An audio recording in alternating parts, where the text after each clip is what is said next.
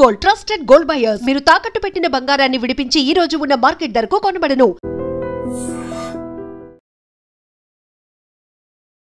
నమస్తే, welcome to iDream.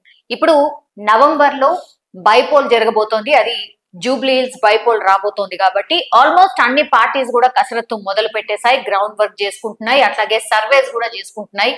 ఎవరిని నిల్చోబెడితే బాగుంటది ఏంది అనే చర్చ నడుస్తోంది. చాలా మంది పబ్లిక్ కూడా తమ తమ ఒపీనియన్స్ చెప్తున్నారు. మనకు తెలుసు మాగంటి గోపీనాథ్ ఉండే బీఆర్ఎస్ కి సంబంధించిన ఎమ్మెల్యే, ఆయన పాపం హెల్త్ ఇష్యూ వల్ల చనిపోయిండు, మనకందరికీ తెలిసిందే. ఆ తర్వాత ఈ నియోజకవర్గం ఫోకస్డ్ గా అన్ని రాజకీయ పార్టీలు కూడా ఎవరిని నిల్చోబెడితే బాగుంటది అనేది ఒకటి. తర్వాత ఇప్పుడు బీఆర్ఎస్ సిట్టింగ్ సీట్ కాబట్టి ఎవరు అభ్యర్థి ఉండాలి అనేది పెద్ద ఎత్తున చర్చ నడుస్తోంది. మనతో పాటు జాయిన్ అవుతున్నారు Vengalrao corporator Dedeepya ma'am. Ma'am నమస్తే, ఎట్లున్నారు మ్యామ్? యా, కానీ మీరైతే కూల్ కనిపిస్తున్నారు, ఏ టెన్షన్ అయితే ఏం కనిపిస్తలేదు. జూబ్లీ హిల్స్ బైపోల్ అంటున్నారు, మామూలుగా అయితే అంటే ఒక టెన్షన్ అయితే ఉంటది కదా, కానీ you are looking so cool. ఎందుకంటే టెన్షన్, మా సీటు మాకే దక్కుతుంది. డెఫినెట్లీ బీఆర్ఎస్ పార్టీకి కైవసమైన సీట్ ఇది జూబ్లీ హిల్స్ నియోజకవర్గం కాబట్టి 100% మళ్ళీ మేమే కొట్టబోతున్నాం. అందుకని మేము చాలా కూల్గానే ఉంటాం, మాకెందుకు టెన్షన్. ఎందుకంటే జూబ్లీ హిల్స్ నియోజకవర్గం స్వర్గీయులు శ్రీ మాగంటి గోపీనాథ్ గారి ఆధ్వర్యంలో గత 10 సంవత్సరాలుగా కూడా ఇక్కడ జరగని, అంటే గతంలో జరగని అభివృద్ధి మేము 10 సంవత్సరాల్లో చేసి చూపించాం. కాబట్టి ప్రజలందరూ కూడా మాకే మద్దతుగా ఉన్నారు కాబట్టి మాకేం టెన్షన్ లేదు. 100% బీఆర్ఎస్ కొట్టబోతుంది సీట్. ఎవరు ఉండబోతున్నారు అనేది పెద్ద చర్చ మ్యామ్. అంటే సెంటిమెంట్ గా అగైన్ వాళ్ళ ఫ్యామిలీకి సంబంధించిన మెంబర్కేనా, లేకపోతే ఇంకేమైనా ఆప్షన్స్ వెతుకుతుందా బీఆర్ఎస్? ఎవరికిచ్చినా కూడా, అధిష్టానం ఎవరికిచ్చినా కూడా బీఆర్ఎస్ పార్టీ క్యాడర్ అంతా కూడా సిద్ధంగా ఉన్నాము. ఎస్, డెఫినెట్గా ఫస్ట్ ఫ్యామిలీ ప్రిఫరెన్స్ ఇస్తున్నారు. 100% ఫ్యామిలీకి ఇవ్వనివ్వండి, లేదంటే ఎవరికైనా ఇవ్వనివ్వండి, కానీ బీఆర్ఎస్ పార్టీ అధిష్టానం ఎవరికి ఇచ్చినా కూడా క్యాడర్ అంతా కూడా పనిచేయడానికి రెడీగా ఉన్నారు. అండ్ మెయిన్గా చెప్పాలంటే మాగంటి గోపీనాథ్ గారి ఆధ్వర్యంలో జూబ్లీ హిల్స్ నియోజకవర్గంలో బలమైన క్యాడర్ని ఏర్పరచుకోవడం జరిగింది. మీరు చూసుకుంటే కూడా ఏదైతే కాంగ్రెస్ నాయకులు కానీ, లేకపోతే మొన్న నుంచొని ఓడిపోయిన వాళ్ళు కానీ ఎవరైనా సరే కూడా వాళ్ళు పబ్లిక్ లో లేరు. గత 18 నెలలు పాలన, కాంగ్రెస్ పాలనలో కూడా మీరు చూసుకుంటే ఏ లీడర్ కూడా పబ్లిక్ లో అందుబాటులో లేరు. ఈ రోజు వరకు కూడా అందుబాటులో ఉండేది కేవలం బీఆర్ఎస్ నాయకులు, కార్యకర్తలు, మేము కార్పొరేటర్లుగా మేము అందుబాటులో ఉన్నాము. అలానే ఎమ్మెల్యే గారు 2 నెలలు అవుతుంది చనిపోయి. ఆయన 2 నెలలు చనిపోక ముందు వరకు కూడా టిల్ లాస్ట్ డే మీరు నమ్మరు, 5th రోజు ఆయన అడ్మిట్ అవ్వడం జరిగింది. 5th జూన్ హాస్పిటల్లో. 4th జూన్ కూడా ఆయన పబ్లిక్ సమస్యల మీదనే ఉండడం జరిగింది. సో అంటే మాట్లాడడం జరుగుతుంది. అంత పబ్లిక్ లోకి వెళ్ళిపోయి 24 గంటలు స్పందించే నాయకుడు ఈరోజు నియోజకవర్గంలో లేరు అంటే నిజంగా ఆయన లేని లోటు అయితే తీరంది నియోజకవర్గానికి. కాబట్టి మాగంటి గోపీనాథ్ గారి సేవల్ని ప్రజలు ఇంకా గుర్తుపెట్టుకుంటారు. కాబట్టి డెఫినెట్ గా ఎవరికి ఇచ్చినా కూడా మీ క్యాడర్ కావచ్చు, లేదంటే మీ మనసులో మాట ఏంటి మ్యామ్? అంటే వాళ్ళ ఫ్యామిలీ మెంబర్, వాళ్ళ వైఫ్ కి ఇస్తే బాగుంటుందా, లేకపోతే ఇప్పుడు మళ్ళీ అంటే మాగంటి గోపీనాథ్ గారి అన్నయ్య బయటకు వచ్చి మాట్లాడుతున్నారు కాబట్టి అది కొంత కాంట్రవర్సీ క్రియేట్ అవుతోంది. ఆయన నేను కూడా రేస్ లో ఉన్నాను అని చెప్తున్నారు. ఏంటి, ఆయన కూడా రేస్ లో ఉన్నారా? ఆయన కూడా రేస్ లో ఉంటే మరి ఏంటి సిచ్యువేషన్? బీఆర్ఎస్ లోనే 2 వర్గాలుగా చీలిపోతుందా ఏంటి? డెఫినెట్గా లేదండి. మేము ఎవరైనా ప్రయత్నించవచ్చు. ఇప్పుడు సీట్ అనేది, అధికారం అనేది ఎవరికైనా కావాలని కోరుకుంటారు కాబట్టి. అంటే ముఖ్యంగా మాగంటి గోపీనాథ్ గారు వైఫ్ బయటికి రావడానికి రీజన్ ఏంటంటే, మాగంటి గారు ఏదైతే ఆశయాలు పెట్టుకున్నారో జూబ్లీ హిల్స్ నియోజకవర్గంలో ప్రజలు, సడన్ గా జరిగిన ఇన్సిడెంట్ ఇది, ఎవరు ఊహించని విషయం కాదు. అంటే ముందు నుంచి ఆయనకి ఏం హెల్త్ బాగోకపోవడం ఇవన్నీ ఏం లేదు. ఆయన చాలా ఫిట్ గా ఉండే మనిషి. సడన్ గా జరిగేసరికి ఇప్పుడు ఒక ఇంట్లో పెద్ద మనిషి కోల్పోతే ఎంత తీరని లోటు ఉందో, అలానే జూబ్లీ హిల్స్ నియోజకవర్గం క్యాడర్ అంతా కూడా మేమందరం కూడా వాళ్ళ బిడ్డల్లాగా చూసుకునేవారు, ఇంట్లో కుటుంబ సభ్యుల్లాగా చూసుకునేవారు. సడన్ గా ఆయన లేకపోయేసరికి ఏంటి అనేది, దాంతో ఆవిడ ముందుకొచ్చి ఎంత బాధ ఉన్నా కూడా ధైర్యంతో ముందుకొచ్చి అందరి మధ్యలోకి వచ్చి కలుస్తూ ఉన్నారు. మేమున్నాము, మాగంటి గారి కుటుంబం, జూబ్లీ హిల్స్ అంతా కూడా మా కుటుంబం అనే దాంతో ఆవిడ బయటకు వచ్చి అందరికి ధైర్యం ఇవ్వడం జరుగుతుంది. యాక్చువల్గా మేము ఇవ్వాలి కుటుంబ సభ్యులకి ధైర్యం, ఎందుకంటే లేరు అనేది తీరని లోటు ఫ్యామిలీకి ముఖ్యంగా ఉంటది కాబట్టి. ఎందుకంటే ఫ్యామిలీ కన్నా ఆయన మాతోనే ఎక్కువ స్పెండ్ చేస్తూ ఉండేవారు. ఆ విషయం ఆవిడకి తెలిసి ఆవిడ బయటకు వస్తున్నారు. అలానే వాళ్ళ బ్రదర్ కూడా వస్తున్నారు. ఎస్, డెఫినెట్ గా మేము ఏం చెప్తున్నాం, అధిష్టానం ఎవరికి ఇచ్చినా కూడా మేము వర్క్ చేయడానికి రెడీగా ఉన్నాం. సో అందులో చీలిపోవడాలు లాంటివి ఏం జరగదు. 100% అధికారం అనేది ఎవరైనా ఆశిస్తారు కాబట్టి మేబీ ఆశిస్తున్నారు. డెఫినెట్లీ ఇందులో చీలిపోయాలు వర్గాలు చీలిపోవడం అట్లాంటిది ఏం లేదు. ఇద్దరులో ఎవరికి ఇచ్చినా మేము పనిచేయడానికి. కేసీఆర్ గారు ఆల్మోస్ట్ మాగంటి గోపీనాథ్ గారు చనిపోయిన తర్వాత నుంచి కూడా గ్రౌండ్ లెవెల్లో ఏం చర్చ నడుస్తోంది, క్యాడర్ మనసులో ఏముంది, ఇక్కడ ఉన్నటువంటి నియోజకవర్గ ప్రజలు ఏమనుకుంటున్నారు, దీనిపైన రకరకాలుగా సర్వే చేయిస్తున్నారు, రిపోర్ట్స్ తెచ్చుకుంటున్నారు, అలాగే బూత్ స్థాయి నాయకులతోని కూడా ఫ్రీక్వెంట్లీ కలుస్తున్నారు అనేది ఒక చర్చ. మ్యామ్, ఏం అవుట్పుట్ వచ్చింది? బికాస్ మీకు తెలుసు మొన్న కంటోన్మెంట్ ఎలక్షన్ జరిగినప్పుడు కూడా అది కూడా మీ సిట్టింగ్ సీట్, అది ఓడిపోయారు, కాంగ్రెస్ గెలుచుకుంది. ఇప్పుడు అధికారంలో ఉంది కాంగ్రెస్ కాబట్టి ఏం జరగవచ్చు మరి? మేబీ కాంగ్రెస్ కూడా గెలుచుకునే ప్రయత్నంలో భాగంగా వాళ్ళు కూడా ఒక సర్వే కానీ బలోపేతం కావడానికి అవన్నీ చేస్తున్నారు కదా. 100% లేదండి. మీరు చూసుకుంటే కేవలం బీఆర్ఎస్ లోనే మీరు చెప్తున్న విడిపోవడాలు చీలిపోవడాలు లాంటివి బీఆర్ఎస్ లోనే అని చెప్తున్నారు. కానీ అటువంటిది మా పార్టీలో ఏం జరగట్లేదు. ఇంకా ఇన్ఫాక్ట్ చెప్పాలంటే కాంగ్రెస్ పార్టీలోనే జరుగుతుంది. అందులో ఇప్పుడు ఒక క్యాడర్ ఎవరికి సీట్ అనేది కూడా ఇంకా నిర్ధారణ కాలేదు. ఈవెన్ కాంగ్రెస్ పార్టీలో కూడా గతంలో నుంచి హజారుద్దీన్ కా లేకపోతే ఇంకో ఇద్దరు ముగ్గురు పేర్లు వస్తున్నారు. ఎవరైనా సరే ప్రజలు, నేను చెప్పేది ఏంటంటే ప్రజలు గమనిస్తున్నారు. గత 18 నెలలుగా కాంగ్రెస్ ప్రభుత్వం నడుస్తుంది. కాంగ్రెస్ పార్టీ ప్రభుత్వంలో ఉంది. ఇప్పుడు నుంచున్న హజారుద్దీన్ గారు కావచ్చు, ఆల్రెడీ నుంచుని ఓడిపోయిన హజారుద్దీన్ గారు కావచ్చు, లేకపోతే ఇంకా ఆస్పిరెంట్స్ కావచ్చు, ఎవరైనా సరే కేవలం ఎలక్షన్ టైంలో బయటకు వచ్చి పబ్లిక్ లో ఎలక్షన్ టైంలో వచ్చి వాగ్దానాలు ఇచ్చేసి మాటలు ఇచ్చే వాళ్ళని పబ్లిక్ నమ్మే స్థితిలో అయితే లేరు. ఈ గత 18 నెలల కాంగ్రెస్ పాలన వాళ్ళు ఇస్తానన్న 6 గ్యారెంటీలు అమల్లోకి తీసుకురాలేదు. అలానే ఏదైతే మెయిన్ గా రెగ్యులర్ ప్రాబ్లమ్స్ ఉంటాయి, ఏదైతే సివరేజ్ ఓవర్ఫ్లోస్ కానీ, వాటర్ సమస్య కానీ, లేకపోతే రోడ్లు కావాల్సి వచ్చినా కూడా మీరు చూసుకుంటే గత 18 నెలలుగా కూడా రూపాయి బడ్జెట్ కూడా జిహెచ్ఎంసీ నుంచి కేటాయించని పరిస్థితులు కనిపిస్తున్నాయి. ఇప్పుడు మాత్రం ఏదో 3 ఇన్ఛార్జ్ మంత్రులు వేశారు, ఏదో సంబంధం లేని ఇన్ఛార్జ్ మంత్రులు ఇక్కడికి వస్తున్నారు, సంబంధం లేని కార్పొరేషన్ చైర్మన్లు 16 మంది కార్పొరేషన్ చైర్మన్లు తిరుగుతున్నారు ఈ రోజు. సో పబ్లిక్ ఇదంతా గమనిస్తారు. అంటే ఈ 18 నెలల నుంచి మా కష్టాలు పట్టించుకోలేదు, 2000 రూపాయలు పెన్షన్ ని 4000 రూపాయలు చేస్తా అన్నారు రేవంత్ రెడ్డి. మధ్యలో 2-3 నెలలు 2000 పెన్షన్ కూడా ఇవ్వలేని పరిస్థితి కాంగ్రెస్ ప్రభుత్వం. అట్లా కొన్ని చాలా, లేదా 2500 మహిళా వృత్తి ఇస్తా అన్నారు, అది ఇప్పుడు వరకు దాని యాసే లేదు అసలు. దాని గురించి బడ్జెట్ లో కూడా పెట్టలేని సిచ్యువేషన్ లో వాళ్ళు ఉన్నారు. అదే కళ్యాణ్ లక్ష్మి, షాదీ ముబారక్ చెక్కులు మాగంటి గోపీనాథ్ గారు ఉన్నప్పుడు వార్డుకి వచ్చి ఇంటింటికి మేము పంచేవాళ్ళం. దాంతో పాటు అడిషనల్ గా మాగంటి గోపీనాథ్ గారు సొంతగా ఆయన చేతిగా బహుమతి కూడా ఇచ్చేవారు చెక్ తో పాటు. ఆడపడుచుల్ని వాళ్ళ ఇంటి ఆడపడుచుల్లాగా భావించి అలా చెక్ తో పాటు సొంత ఖర్చుతో బహుమతులు కూడా పంచేవారు. సో ఈ ఆనవాయితీ అంతా పబ్లిక్ అలవాటు పడిపోయారు.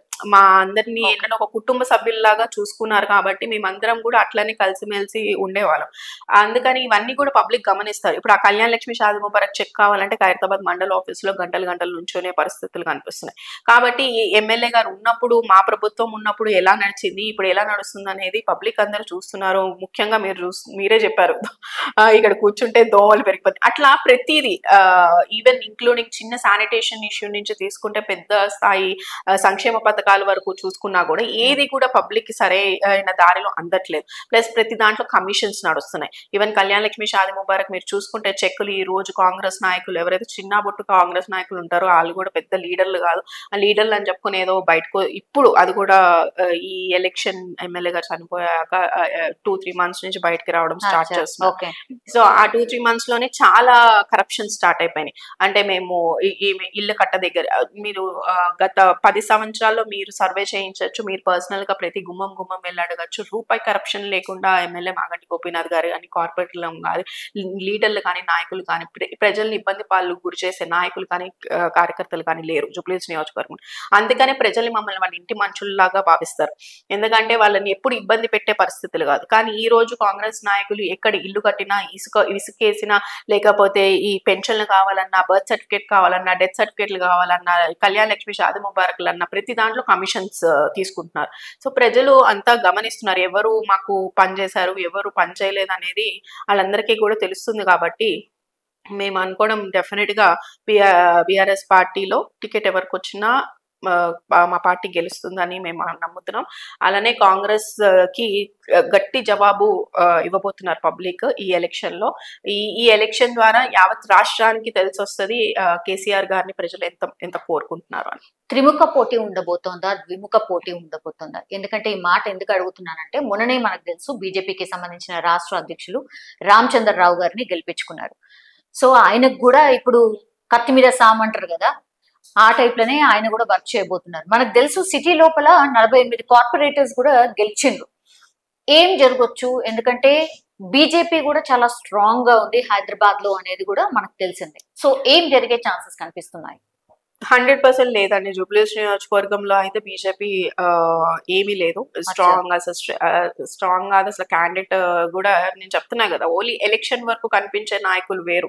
అలానే ప్రజల opposition, we're in opposition right now, but we still fight for public. ఏంటంటే పబ్లిక్ కి ఇస్తున్న 6 గ్యారెంటీలు అమల్లోకి తీసుకురావాలని మేము నిరంతరం పోరాడుతున్నాం. అలాగే మాకు బడ్జెట్ కావాలని చెప్పి మేము జోనల్ కమిషనర్ గారి దగ్గరికి లేకపోతే డెప్యూటీ కమిషనర్ కి రెగ్యులర్ గా ఆఫీసులకు వెళ్ళి మేము రిప్రజెంటేషన్స్ ఇస్తున్నాం. ఒకవేళ బడ్జెట్ ఇవ్వకపోతే లేదు కావాలని చెప్తున్నాం. స్ట్రీట్ లైట్స్ పనిచేయట్లేదు. ఈ రోజు జిహెచ్ఎంసీ చరిత్రలో నిజంగా ఇది ఎంత దౌర్భాగ్య స్థితి అంటే, GHMC is the one we give revenue, అంటే అంత రెవెన్యూ జనరేషన్ అయ్యేది జిహెచ్ఎంసీలో. ఇటువంటి కార్పొరేషన్ లో మనం స్ట్రీట్ లైట్స్ కూడా బడ్జెట్ లేదు అని చెప్పుకునే సిచ్యువేషన్ ఈ రోజు జిహెచ్ఎంసీలో కనిపిస్తుంది. అంటే అంత అంధకారం, యావత్ హైదరాబాద్ సిటీ మొత్తం అంధకారంలోకి తీసుకొచ్చేసింది జిహెచ్ఎంసీ. అంటే ఆ బడ్జెట్ అంతా ఏమవుతుందో కూడా మాకు తెలియదు. ఇప్పుడు మా ప్రభుత్వంలో ఉన్న బడ్జెట్ వచ్చి ప్రతి వార్డుకి ఇంత బడ్జెట్ అని కేటాయించే ఆ బడ్జెట్ అంతా కూడా ఏమైందో మరి మాకు అర్థం కావట్లేదు. కాబట్టి అటువంటి సిచ్యువేషన్స్ కనిపిస్తున్నాయి. ఈ రోజు స్ట్రీట్ లైట్స్ లేవు అని చెప్పినా కూడా స్పందించట్లేదు నాయకులు, ఎవరు కూడా లేరు. ఇప్పుడు బీజేపీ కావచ్చు, కాంగ్రెస్ లో కూడా కావచ్చు, ఎవరు లేరు. We're in opposition. డెఫినెట్ గా అపోజిషన్ లో ఉన్నా కూడా పబ్లిక్ సమస్యల పైన కొట్లాడే రైట్ నీకు ఉంది. డెఫినెట్ గా నువ్వు వచ్చి మాట్లాడొచ్చు, ఇక్కడ ఈ ప్రాబ్లం ఉంది, పలానా ఎమ్మెల్యే ఉన్నారు, పలానా కార్పొరేటర్ ఉన్నారు, వాళ్ళు ఏం చేస్తున్నారు అని చెప్పి ప్రశ్నించే హక్కు నీకు ఉంది కదా. ఎందుకు రాలేదు మరి ఇన్ని రోజులు బయటికి? బీజేపీ నాయకుడు బయటకి రాలేదు, బీజేపీ కంటెస్టెడ్ ఎమ్మెల్యే రాలేదు, కాంగ్రెస్ కంటెస్టెడ్ ఎమ్మెల్యే రాలేదు, కాంగ్రెస్ నాయకులు రాలేదు. ఈ రోజు వరకు కూడా పబ్లిక్ లో మేమే ఉన్నాం, మేమే మాట్లాడుతున్నాం, ప్రతి దాని గురించి మేమే స్పందిస్తున్నాం. మా దగ్గరికే పబ్లిక్ వస్తారు, రిప్రజెంటేషన్స్ ఇస్తారు, మాకు ఇక్కడ పని చేయట్లేదు అని చెప్తారు. సో దీన్ని బట్టి మీరు అర్థం చేసుకోవాలి, వాళ్ళు పోటీనే లేదంటున్నారా లేకపోతే త్రిముఖ పోటీ లేదంటున్నారా? త్రిముఖ పోటీ లేదు, పోటీయే లేదు. మాకు బీఆర్ఎస్ కి పోటీయే లేదని నా అభిప్రాయం జూబ్లీహిల్స్ నియోజకవర్గంలో. 3,20,000 30,000 అండి ఇక్కడ ఉన్నటువంటి 90,000, దగ్గర దగ్గర 4 లక్షల. అందులో 1,10,000 మంది మైనార్టీస్ ఉన్నారు, 1,00,000 మంది ఐ థింక్ సెటిలర్స్ ఉన్నట్టున్నారు. తర్వాత మిగతా లోకల్ అంటే మనకు తెలుసు కదా, అంత పెద్దవాళ్ళు వాళ్ళ చేతి ఓటు వేయరు. సో మీరు డిపెండ్ కావాల్సింది, ఆర్ ఎనీ పార్టీ డిపెండ్ కావాల్సింది మాస్ ఏరియాస్ ఆర్ ఎవరైతే ఓటర్స్ ఉన్నారో వాళ్ళనే ప్రసన్నం చేసుకోవాలి. సో ఆల్రెడీ మీ కసరత్తు స్టార్ట్ అయిపోయిందా? స్టార్ట్ అయిపోయినాయా? బీర్లు బిర్యానీలు పెట్టాల్సిన అవసరం లేదు, అదే చెప్తున్నా అండి. ఇప్పుడు వరకు నేను మీకు ఎక్స్ప్లెయిన్ చేసింది అదే. 18 months గా మేము పబ్లిక్ లో ఉన్నాం. ఇప్పుడు ఏదో ఎలక్షన్ వచ్చిందంటే కొత్తగా మీరు చెప్పారు, నేను చాలా కూల్ గా కనిపిస్తున్నాను. నేనేం కొత్తగా వెళ్ళి పబ్లిక్ కి ఇప్పుడు మాకు ఎలక్షన్ వస్తుంది, మాకు ఓట్ వేయండి అని అడగాల్సిన అవసరం లేదు. ఓటు ఆటోమేటిక్ గా వాళ్ళు వేస్తారు. ఎందుకు అంటే మేము చేసిన పనులు మా హక్కు అది. ఎందుకంటే మేము చేసిన పనులకి మేము అడుగుతున్న ఆన్సర్, రిప్లై మేము అడుగుతున్నది. కాబట్టి డెఫినెట్లీ పబ్లిక్ అందరూ కూడా మా వైపే ఉన్నారు అని గట్టిగా చెప్పడానికి కారణం కూడా ఇదే. ఎందుకంటే నేననే కాదు, నాట్ ఈవెన్ మా డివిజన్ లోని కార్పొరేటర్ కాదు, ప్రతి డివిజన్ లో డివిజన్ అధ్యక్షులు కానీ లేకపోతే బీఆర్ఎస్ క్యాడర్ కానీ నిరంతరం పబ్లిక్ లో ఉండే నాయకులు, కార్యకర్తలు కేవలం బీఆర్ఎస్ నాయకులే.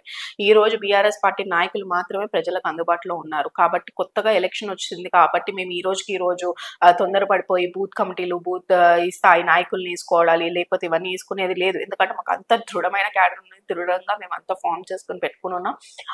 వాళ్ళందరూ కూడా మాతోనే ఉన్నారు, పార్టీతో అండదండగా ఉన్నారు. ఈవెన్ పార్టీ ఈ రోజు అధికారంలో లేకపోవచ్చు, అయినా కూడా పార్టీతోనే అండగా ఉన్నారు. మైనారిటీస్ ఎవరి వైపు? కాంగ్రెస్ వైపా మీ వైపా? 100% మా వైపే ఉంది. మైనారిటీస్ కూడా ఈ రోజు కనిపిస్తుంది. ఏదైతే హజారుద్దీన్ గారు మైనారిటీ క్యాండిడేట్ గా కాంగ్రెస్ పార్టీ వారికి టికెట్ ఇచ్చారో, ఇదే హజారుద్దీన్ గారు నాకు మైనారిటీస్ చెప్తున్న విషయం చెప్తున్నా.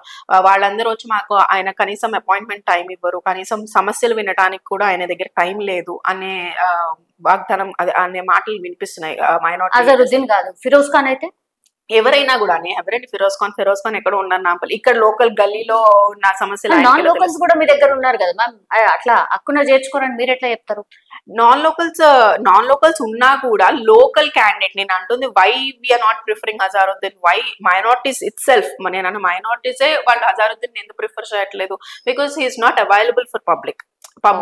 ఇప్పుడు ఎప్పుడైనా ఎమ్మెల్యే గానీ కార్పొరేటర్లు కానీ వాళ్ళు ఎప్పుడు కోరుకుంటారు, మాతో మా మధ్యలో ఉండే నాయకులు కావాలి, మాకు స్పందించే నాయకుడు కావాలని కోరుకుంటారు. కానీ ఎందుకంటే ఇమీడియట్ గా ఈ రోజు ఇప్పుడు వర్షాకాలం నడుస్తుందండి, టుడే నేను మీకు డిలే అవ్వడానికి రీజన్ కూడా చెప్తున్నా, because I'm getting plenty of calls because of sewerage overflows. ఇప్పుడు సివరేజ్ ఓవర్ఫ్లోస్ రెగ్యులర్ గా నడుస్తాయి వర్షాకాలం కాబట్టి.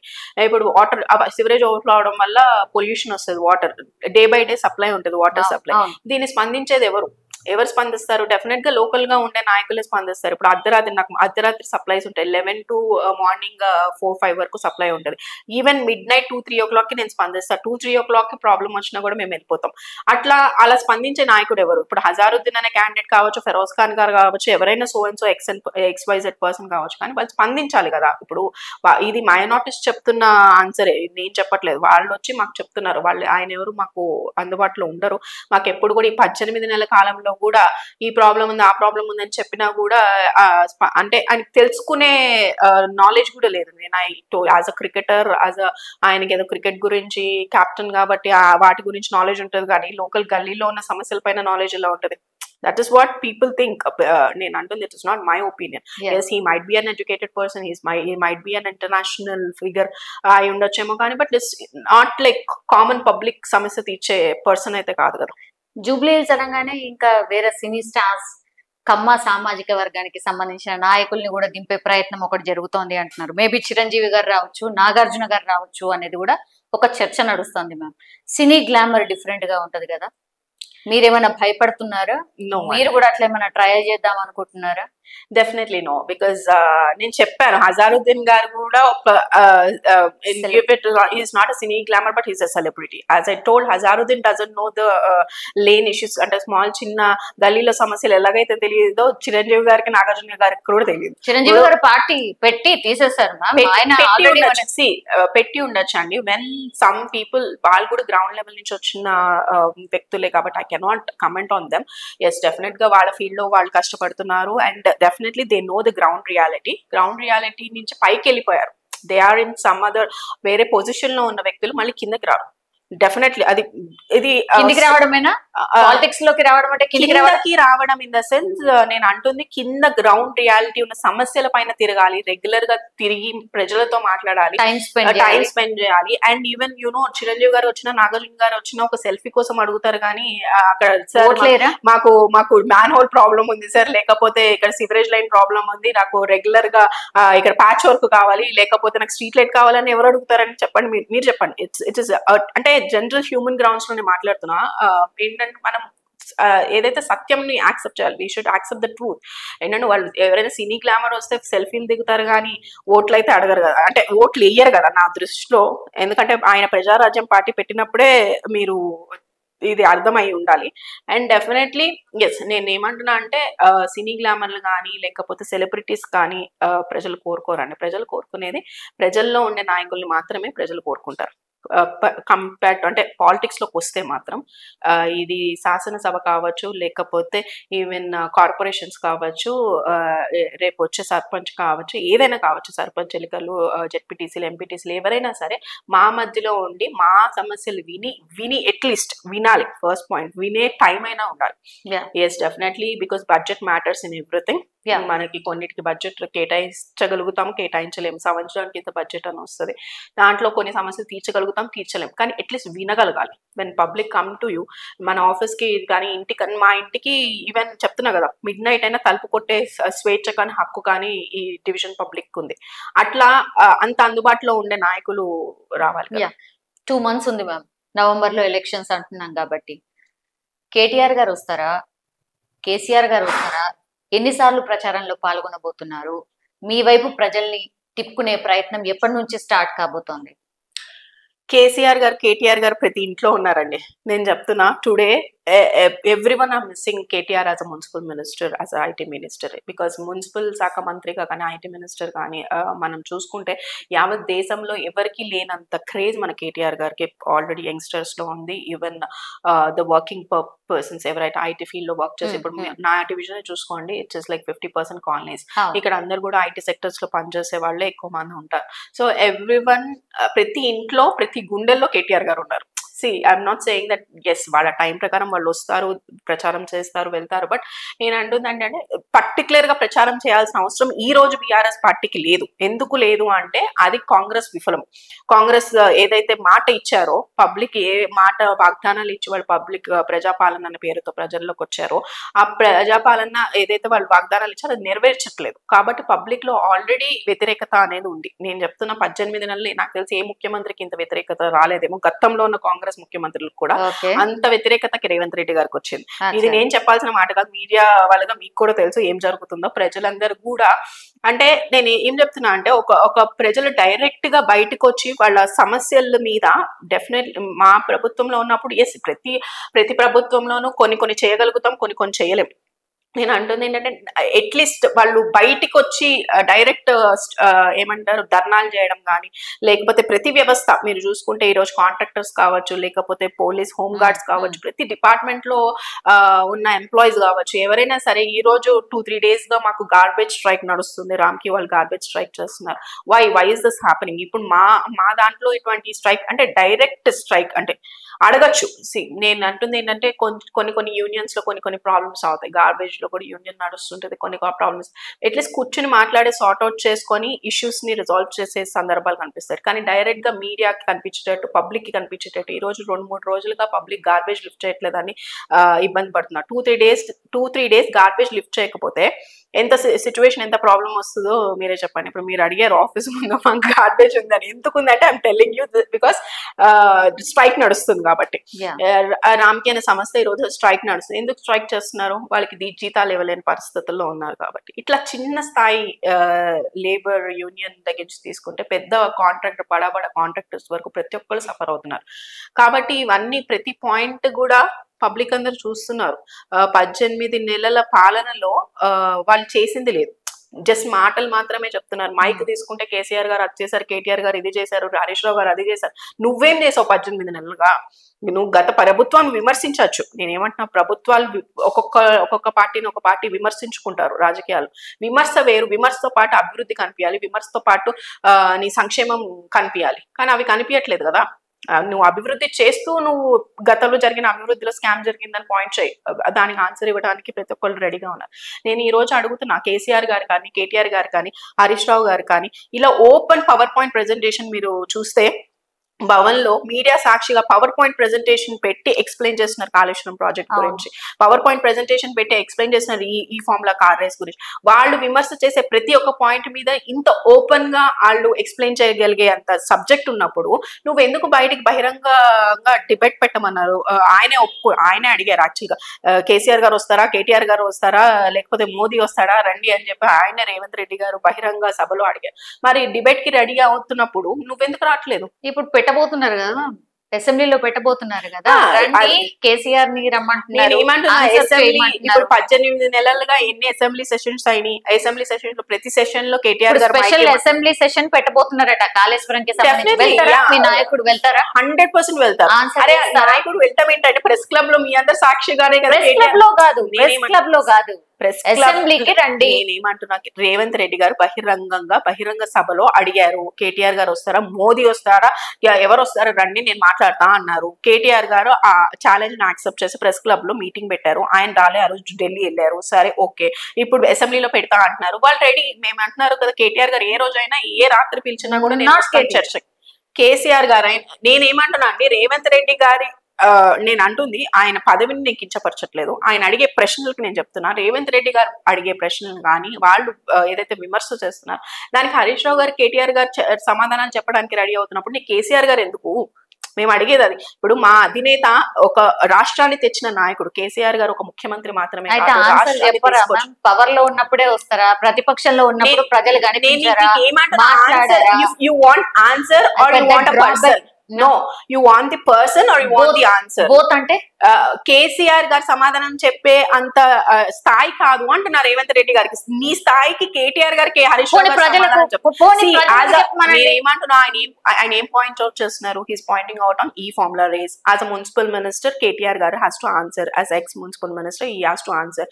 Is asking question on Kaleshwaram. Ex irrigation minister గా Harish Rao garu should answer the question. CM అక్కర్లేదా? నేనేమంటున్నా, after the ministers, after the cabinet, ఎవరైతే ex cabinet చేశారంటే if you're not satisfied with the answers, yes definitely as a ముఖ్యమంత్రి, ఇప్పుడు cabinet లో ఉన్న మంత్రులు వాళ్ళ మధ్య జరిగిన సంభాషణ తర్వాత కదా ముఖ్యమంత్రి గారి దగ్గర ఫైల్ అవుతుంది. ఇప్పుడు నా డివిజన్ ఉందండి, నా డివిజన్ లో పబ్లిక్ నా దగ్గరికి ఒక లైన్ కావాలని అడుగుతారు. Yes I will go to the field. నేను ఫీల్డ్కి వెళ్తా, అక్కడ లైన్ అవసరమా కాదా నేను చెక్ చేస్తా. ఎస్ ఇక్కడ అవసరమని స్థానికంగా ఎవరైతే ఆఫీసర్లు ఉంటారో వాళ్ళకి, వాళ్ళు ఇంజనీర్స్ ఉంటారు, వాళ్ళు చెప్తారు ఎస్ దీనికి ఇంత పైపులు కావాలి, దీనికి ఇంత ఎస్టిమేషన్ అవుతుంది, దీనికి ఇంత అవుతుంది అని ఇస్తారు. Definitely I will not know the estimation. నాకు ఎస్టిమేషన్స్ తెలియవు, నాకు లేకపోతే ఎంత ఇంచ్ పైపులు కావాలో తెలియదు, ఏం తెలియదు కదా. నాకు కావాల్సింది ఏంటంటే ఇక్కడ ఓ సివరేజ్ లైన్ ఓవర్ఫ్లో అవుతుంది, నాకు సివరేజ్ లైన్ కావాలి, కొత్త లైన్ కావాలి. అది మనం చెప్తాం రిప్రజెంటేషన్. ఎగ్జాక్ట్లీ ఎంత ఎంత లెంత్ ఆఫ్ పైపులు కావాలి, ఎంత కావాలని చెప్పేది ఎవరు? ఇంజనీర్స్ చెప్తారు, ఆఫీసర్లు చెప్తారు. వాళ్ళు చెప్పిన దాని మీద నేను as a public representative what will I do? I will take the estimation copy, I will go to the superior officer. మీరు చెప్తుంది కేవలం ₹1,000 పనులు, ₹1,00,000 మ్యామ్, అది కోట్లు. ఏదైనా లక్షల నుంచి కోట్ల వరకు అయినా నేను అంటుంది that will go on line by line. మీరు అర్థం చేసుకోవాలి. నేను అంటుంది, నేను why are my comparing is line by line, step by step వెళ్ళాలి కదా. నేను అంటుంది ప్రతి ఇష్యూ మీద ఏదైనా సరే స్టెప్ బై స్టెప్. ఏమైతుంది కేసీఆర్ గారు అంటే మెట్టు దిగడం కాదు, ఆయన స్థాయి కాదు అంటున్నా. మీరెందుకు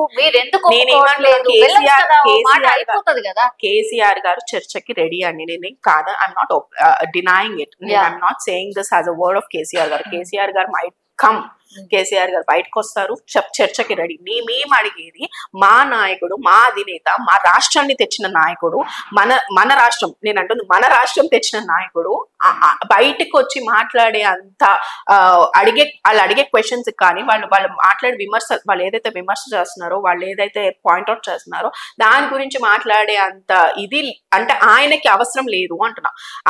నేనేమంటున్నాను, ఆల్రెడీ కేటీఆర్ గారు మీ మీడియా సాక్షిగానే చెప్పారు, ఇరిగేషన్ గురించి కేసీఆర్ గారిని క్వశ్చన్ చేస్తే ఏంటంటే కోతి ముందుకు ఉప్పుగంతలు వేసినట్టే ఉంటది. ఆయన నువ్వు ఇరిగేషన్ మీద క్వశ్చన్స్ అడిగే అంత ఉందా అంటే, నేను అంటుంది ముఖ్యమంత్రిగా ఆయనకి నాలెడ్జ్ ఉందా ఇరిగేషన్ మీద? కేసీఆర్ గారికి ఉన్నంత నాలెడ్జ్. నేను అంటుంది మాట్లాడగలగాలి కదా, ఆపోజిట్ పర్సన్స్ కూడా మాట్లాడగలగాలి కదా. We're talking to each other, you are questioning me, I'm answering you. మీరు ఇంకో క్వశ్చన్ అడుగుతున్నారు, దట్ ఇట్స్ అ డిబేట్. నువ్వు కేసీఆర్ గారు మాట్లాడితే ఇంకొక మాట రాదు కదా నీ నోట్లోంచి అంటున్నా. ఉండదు కదా, కేసీఆర్ గారు మాట్లాడితే అంతే కదా. నేను అంటుంది he's having that depth of knowledge on every subject. నీకు అంత స్థాయి లేనప్పుడు నువ్వు మాట్లాడగలిగే వాళ్ళతో మాట్లాడు ఫస్ట్. నేను అంటుంది ఏంటంటే, హరీష్ రావు గారు కేటీఆర్ గారితోనే మాట్లాడలేరు ఆయన మా దృష్టిలో. మేము ఈ పార్టీలో ఉన్నాం కాబట్టి మేము చెప్పుకోవచ్చు, గొప్పలు చెప్పుకోవచ్చు అనుకుంటారు. నేనంటే ఫస్ట్ మాట్లాడి చూడండి, ఫస్ట్ వీళ్ళతో మాట్లాడండి. లేదు మీ కేసీఆర్ గారు నేను ఏమంటే you're not satisfied with the answers. Yes public KCR గారిని కోరుకుంటున్నారు, పబ్లిక్ బయటకు వచ్చి కేసీఆర్ గారు మాట్లాడుతున్నారు అని పబ్లిక్ కోరుకుంటే డెఫినెట్ గా ఆయన బయటకు వస్తారు. నేను ఏమంటున్నా అంటే, ఒక కేసీఆర్ గారు రాష్ట్రాన్ని ఎలా నడిపించారు 10 సంవత్సరాలు, మన కళ్ళ ముందు కనిపించిన అభివృద్ధిది, మన కళ్ళ ముందు కనిపించిన సంక్షేమాలు ఇవి. నువ్వు దాన్ని డినై చేయలేవు. You cannot delay it with some ఏదో పాయింట్అవుట్ చేసేసి కాళేశ్వరంలో ఒక బ్రిడ్జ్ కూలిపోయింది, లేకపోతే మొత్తం కాళేశ్వరం ప్రాజెక్ట్ వేస్ట్, ఇట్లాంటివి మాట్లాడితే కరెక్ట్ కాదు. కాళేశ్వరం వల్ల ఎంతమంది రైతులు ఈరోజు దాని అడ్వాంటేజెస్ పొందారు, దాని బెనిఫిట్స్ పొందారు, ఎంతమంది రైతులు సుఖంగా ఉన్నారు. ఆయన పెట్టిన ప్రతి సంక్షేమము ప్రతి ఇంట్లో ఉంది. నేను ఏమంటున్నా, కేసీఆర్ గారి సంక్షేమాలు ఏదైతే ఉన్నాయో, మా ప్రభుత్వం బీఆర్ఎస్ పార్టీ ప్రభుత్వంలో ఇచ్చిన సంక్షేమాలు ప్రతి ఇంటింటికి వెళ్ళిన సంక్షేమం. సో ఇదే ఇప్పుడు మీకు జూబ్లీ హిల్స్ బైపోల్ ని కూడా గెలిపిస్తుంది అనుకుంటున్నారా? 100% అండి. సంక్షేమం అందుకున్న వాళ్ళ మనసులో సంక్షేమం అందుకున్న వాళ్ళకి నాకు ఒక బెనిఫిట్ పొందాను మీ వల్ల అంటే definitely that will be inside my heart. Every అంటే we're accepting as a common public. నేను చెప్తాను, not as a corporator or BRS party ఇదిగా చెప్పట్లేదు. As a common person, if I take a benefit from you, definitely I will return back to you. That might be in the form of word, that might be in the form of అభిమానంతో కావచ్చు, ఏదైనా కావచ్చు. Yes, డెఫినెట్గా ఇది అభిమానంతో వచ్చే వేసే ఓట్లు. మీరు చెప్తున్న బీర్లు బిర్యానీలు అవసరం లేదు. అవసరం లేదా? మాగంటి గోపీనాథ్ గారి ఫ్యామిలీని పక్కన పెట్టేసి సపోజ్ కొత్త పర్సన్ ఎవరో కావాలి అనుకున్నప్పుడు మీరు రేస్ లో ఉన్నారు అనేది ఒక చర్చ. ఉన్నారా? రేస్ లో ఉన్నారా? డెఫినెట్లీ అండి. నేను ఏమంటున్నా అంటే ప్రమోషన్ అనేది ఎవరైనా కోరుకుంటారు కాబట్టి డెఫినెట్లీ అంటే మెయిన్ గా డివిజన్ వరకు నేను ప్రజల్లోకి ప్రజెంట్ అందుబాటులో అంటే కాన్స్టిట్యున్సీ లెవెల్లో ఎస్ ప్రజలు నన్ను కోరుకుంటే డెఫినెట్లీ ఎస్, కాదని ఎవరు చెప్పరు. బట్ అధిష్టానం అలా అని నాకే కావాలని నేను అడగను. డెఫినెట్ గా అధిష్టానం ఎవరికి ఇస్తే వాళ్ళకి సపోర్ట్ చేయడానికి రెడీ. మీ వర్క్ మీరు కొనసాగించండి. ఐ థింక్ మధ్య మధ్యలో వచ్చి అంటే ఏం జరుగుతోంది ఏంది అనేది కూడా మీ వ్యూ కూడా తీసుకుంటాం. థ్యాంక్ యూ అండి. Thank you so much. Thank you. And for more videos, Please subscribe to iDream. Please subscribe to iDream. Please subscribe iDream. And please subscribe to iDream. For more videos, subscribe to iDream. please like, share and subscribe to the channel. Congratulations, iDream. Subscribe to iDream. Subscribe to iDream. So subscribe to iDream Media. iDream ki iDream team andarki huge congratulations. Please subscribe iDream Media. Please subscribe to iDream. Subscribe iDream. Please subscribe to iDream. iDream అంటే నా కళల ఛానల్ను subscribe చేసుకున్నారు. నోరు తిరుగుతలేదు. మీరైతే గంట గుర్తు కొట్టండి. For more such videos, please subscribe to iDream. Subscribe to iDream. Please subscribe to iDream. Please subscribe iDream Media. Please do subscribe to iDream. Please subscribe to iDream Media. For best entertainment and information, please subscribe iDream. And don't forget to subscribe to iDream.